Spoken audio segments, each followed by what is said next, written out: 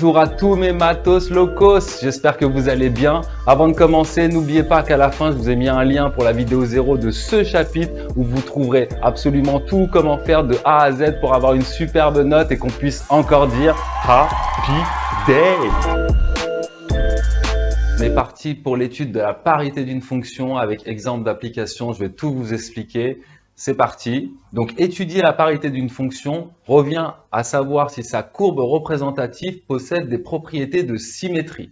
Concrètement, ça donne quoi? On dit qu'une fonction est paire si sa courbe est symétrique par rapport à l'axe des ordonnées. Regardons ça tout de suite sur un exemple. Vous voyez cette fonction un peu bizarre, je trace l'axe des ordonnées en rouge et je constate que ces deux points sont bien symétriques par rapport à l'axe des ordonnées, ces deux points en jaune aussi, et ce point particulier, comme il est placé sur l'axe des ordonnées, est aussi symétrique par rapport à l'axe des ordonnées. C'est-à-dire que si j'avais à couper ma feuille ou la plier sur l'axe des ordonnées, je tombe sur les deux courbes en fait se superposent. C'est ça une fonction qu'on appelle une fonction paire. Très bien. Maintenant, une fonction impaire. On dit qu'une fonction est impaire si sa courbe représentative est symétrique par rapport cette fois à l'origine du repère. Ça donne quoi concrètement? Encore plus bizarre comme courbe. Regardons.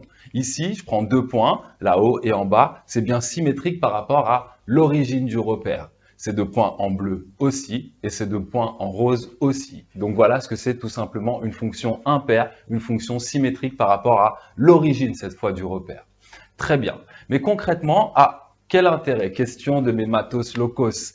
Je vais vous dire quel intérêt. C'est de diviser par deux votre quantité de travail. Diviser pour régner comme d'habitude, comme le disait Napoléon. Pourquoi? Parce que imaginez que vous savez par exemple qu'une fonction est paire. Imaginons, prenons la fonction carré que vous allez étudier dans ce chapitre. Elle est paire parce qu'elle est bien symétrique par rapport à l'axe des ordonnées. Eh bien, il vous suffira de l'étudier que sur cette partie. Parce que toutes les propriétés que vous allez découvrir sur cette partie pourront se transmettre à l'autre partie par symétrie. De la même manière pour une fonction impaire. C'est pareil. Et maintenant, concrètement, comment faire par le calcul pour savoir si une fonction est paire ou impaire? Prenons une fonction paire. On dit qu'une fonction est paire si, pour tout x de son ensemble de définitions, si tu ne sais pas ce que c'est, je te pose ici la vidéo de ce chapitre sur les ensembles de définitions, si f de moins x égale f de x. On le voit sur la courbe que ça fonctionne de cette manière. On dit qu'une fonction, cette fois, est impaire si f de moins x est égal à moins f de x. Du coup, c'est très simple pour savoir par le calcul si une fonction est paire ou impaire. Il suffit de calculer f de moins x et de savoir sur quoi on va tomber. Allons-y pour un exemple. Alors, on a ici trois fonctions, la fonction f, la fonction g et la fonction a. Attaquons-nous tout de suite à la fonction f. Du coup, ce qu'il faut faire, c'est qu'on calcule f de moins x.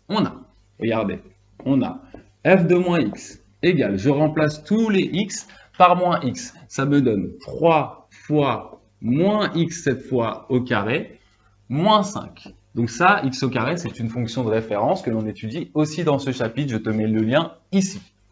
Ça nous donne quoi? Égal 3 fois moins x au carré, tu sais, ça donne x au carré, moins 5. Hop, et en fait, je retombe exactement sur ma fonction f. Du coup, je peux dire que c'est égal à f de x.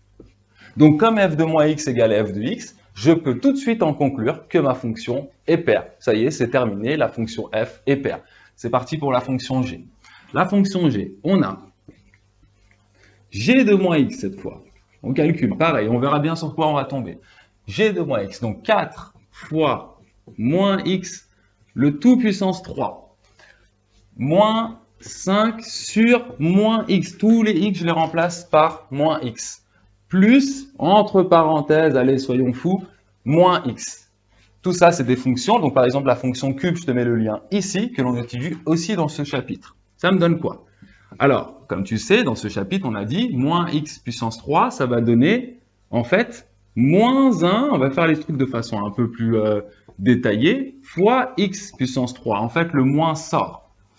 Moins et moins ici, ça va donner plus. Plus 5 sur x. Et plus et moins, ça donne moins. J'obtiens quoi finalement? J'obtiens ici moins 4 fois x puissance 3. Plus 5 sur x, moins x. Et je constate qu'à chaque fois le signe est opposé. Ici, j'avais 4, j'ai moins 4. Ici, j'avais moins, j'ai plus. Là-bas, j'avais plus, j'ai moins. Donc, je peux dire qu'ici, c'est égal à moins f de x. Donc, ma fonction va être impaire. Bon, ça dépasse un peu là, mais vous avez compris. OK? Donc, cette fois, la fonction g, vous concluez en disant la fonction g est impaire, tout simplement. Allez, dernier exemple. Pour la fonction h. Pareil, hein, on a h de moins x. Vous commencez toujours vos calculs de cette manière-là, pas la peine de se prendre la tête. J'obtiens quoi?